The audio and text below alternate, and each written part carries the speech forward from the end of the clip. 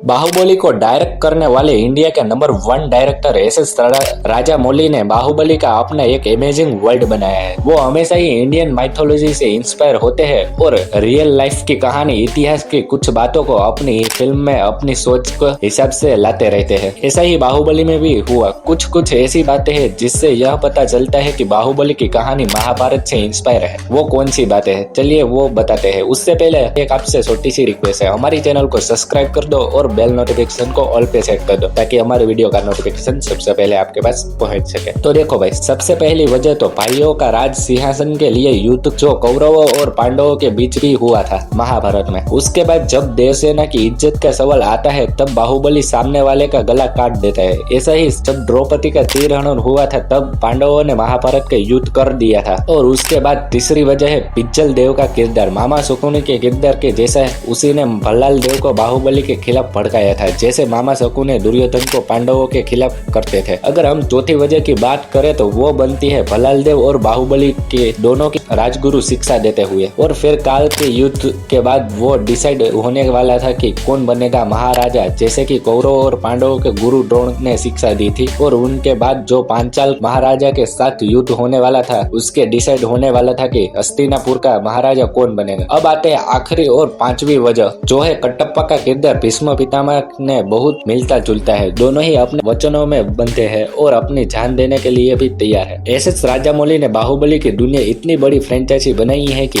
उसमें से किसी भी किरदार पर कोई भी कहानी बनाई जा सकती है। बाहुबली 3 अमरेंद्र बाहुबली के पिता और महासमती के महाराजा विक्रम देवा की स्टोरी दिखाई जा सकती है, जिसकी अमरेंद्र बाहुबली के जन्म से पहले की मौत हो गई थी। महाराजा के विक्रम देवा भी बाहुबली जैसे ही दिखते हैं, तो उनके रोल के लिए प्रभास फिट बैठते हैं। और वो महेशमती की प्रजा के लिए लोकप्रिय राजा थे, जिसको उनके पिता सोमदेव ने पिज्जल देव की जगह चुना था। हालांकि पिज्जल देव विक्रम देव से बड़े थे, लेकिन वो एक लालची इंसान थे और इसी वजह से उनको नहीं चुना गया था। बाहुबली 3 में इनकी कहानी आ सकती है, कैसे वो महेशमती के सिंहासन के योग्य बने और उनकी लाइफ कैसी थी। साथ ही शिवगामी अमरेंद्र बाहुबली की माँ, इन सब की मुलाकात कैसे हुई और शिवगामी ने पिज्जल देव से शादी क्यों की, ये सारी कहानी होगी। और साथ ही हमें भी ये भी दिखाया जा सकता है कि कहीं महाराजा विक्रम देवा की मौत के षड्यंत्र से पिज्जल देव का हाथ तो नहीं था। पिज्जल देव और राजा विक्रम देवा, इन दोनों की लाइफ, उनका बचपन और शिवगामी देवी से उनका मिलन, ये सब जानने के लिए हम काफी एक्साइटेड है। आप कितने ज्यादा एक्साइटेड है पार्ट 3 के लिए, हमें अपनी राय कमेंट में जरूर से बताइए। और ऐसे ही वीडियो से ही अपडेट पाने के लिए हमारे